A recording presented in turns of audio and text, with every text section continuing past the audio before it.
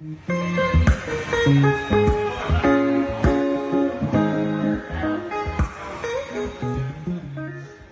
notice that we've got the engine indexed to top dead center. Number 1 is all the way at the top. And if you look down here, you'll see the dot pointing straight up, okay? And then I went ahead and put the index the camshaft around with the gear on here so that it lines up. So we got a dot here and a dot here. Everything's all lined up. Then I can put the chain on and whatnot. And then we've got a chain dampener, which will go right in here. So got all that good stuff. So what we're doing is on this engine, it's 2012 Gen 4 L99 motor, and we are taking out the variable timing.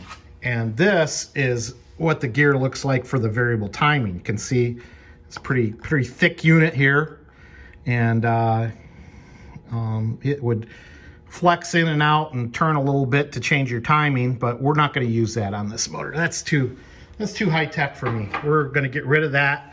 We're also going to get rid of the displacement on demand, but we'll talk about that a little bit later. So I'll get to tightening everything up here, and then I've got a different cover that goes on here too, because you can see that's quite a bit thinner. That gear is quite a bit thinner than this one. I don't know if you can see that. All right, let's keep going. Installing this Mellings oil pump now. Okay, this is where I thought I had my problem. And yes, I'm wearing my pajama bottoms while I put this LS motor together. Don't judge me.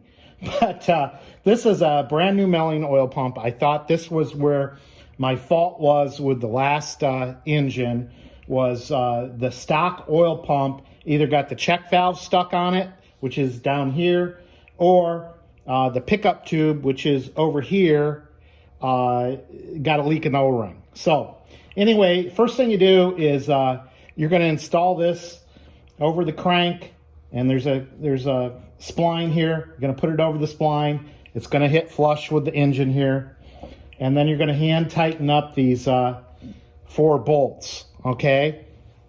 Then to set the oil pump left, right, center, all the way around, we're going to rotate the motor 360 degrees. So there's a quarter turn, there's a quarter turn, there's a quarter turn, there's a quarter turn, a little bit more.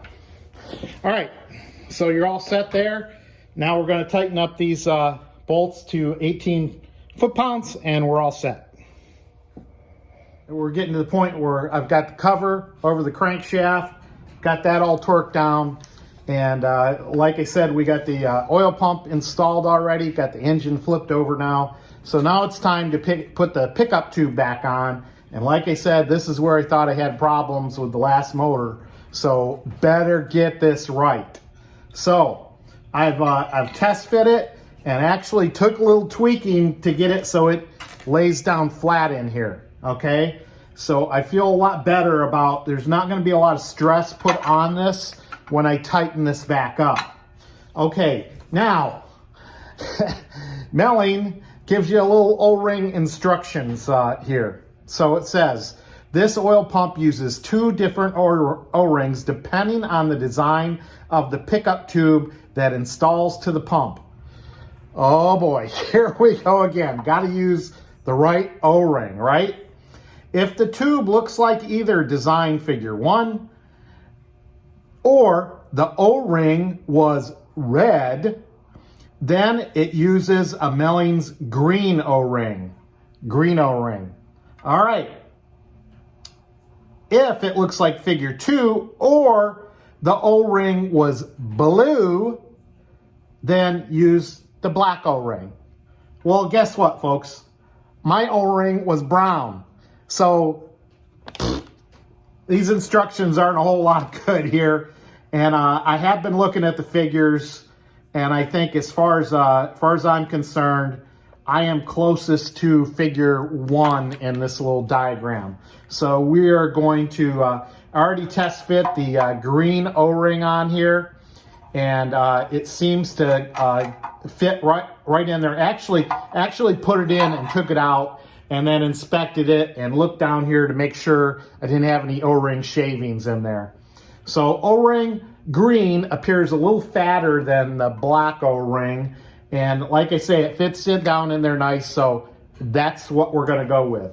So we're gonna put this back in. I've got 2 bolts here, which is contrary to the factory, who only uses 1 bolt. I just can't. Okay, I know the reason why they only use 1 bolt, because you can conceivably change this oil pump out with just taking the timing cover off and squeezing a wrench in there and taking 1 bolt out, but you can't take both bolts out. I don't care. I'm putting 2 bolts in there. I want to make sure this tube is securely down in this oil pump, and it's got maximum opportunity to seal. And then the other thing, I've got 1 more nut to put back on here, and we'll torque that up, and then we should be all set to go.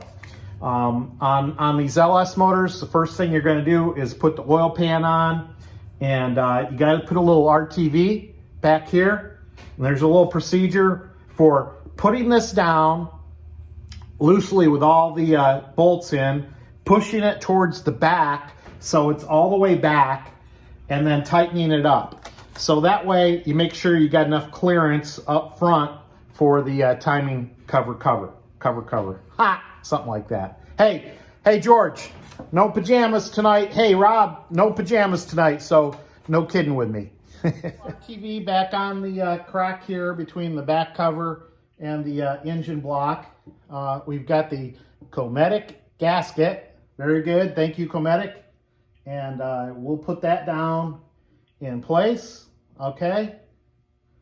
And we'll push it down a little bit since we got a little bit of that RTV on there.